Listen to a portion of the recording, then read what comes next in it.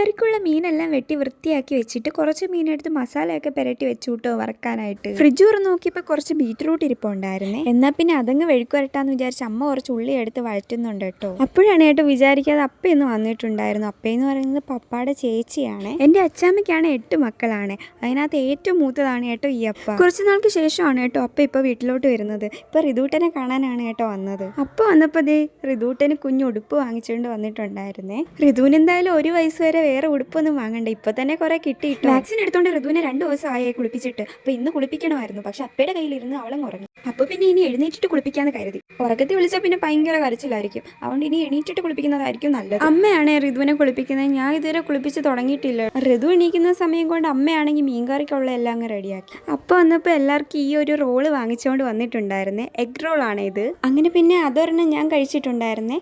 കൊള്ളായിരുന്നു, കുഴപ്പമില്ലായിരുന്നു, അത്യാവശ്യം ടേസ്റ്റ് ഒക്കെ ഉണ്ടായിരുന്നു. ആ സമയം കൊണ്ട് അമ്മ റിതുട്ടനെ കുളിപ്പിച്ച് കൊണ്ടുവന്നിട്ടുണ്ടായിരുന്നു. അവളാണെങ്കിൽ കുളിച്ച് കഴിഞ്ഞപ്പോഴത്തേക്കും ആള് ഭയങ്കര ഹാപ്പി. അത് കഴിഞ്ഞ് പപ്പയുടെ കയ്യിലായിരുന്നേ കുറേ നേരം. അങ്ങനെ പിന്നെ അവരെല്ലാം ചോറൊക്കെ കഴിച്ച് റിതുട്ടനെയും കളിപ്പിച്ചുകൊണ്ടിരിക്കുമ്പോഴത്തേനും ഞാൻ പിന്നെ പോയിട്ട് ചോറ് കഴിക്കാൻ. അങ്ങനെ ഇന്ന് ചോറിൻ്റെ കൂടെ കഴിക്കാൻ മാന്തളായിരുന്നേ, മാന്തൽ കറി വെച്ചത്.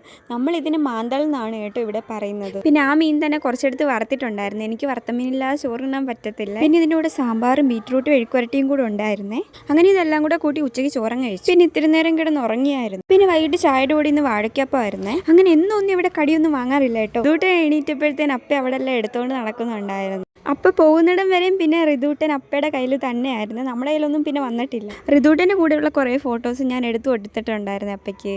വൈകുന്നേരം ആയപ്പോഴത്തേനും അപ്പ പോകാൻ ഇറങ്ങിയിട്ടുണ്ടായിരുന്നു. അച്ഛനാണ് കേട്ടോ അപ്പേനെ തിരിച്ചു കൊണ്ടാക്കിയത്. അപ്പോൾ ഇന്നത്തെ വിശേഷങ്ങൾ ഇത്രയൊക്കെ ഉള്ളൂ ഗൈസ്. അപ്പോൾ വീഡിയോ ഇഷ്ടമായെങ്കിൽ ഒന്ന് സബ്സ്ക്രൈബ് ചെയ്യണേ.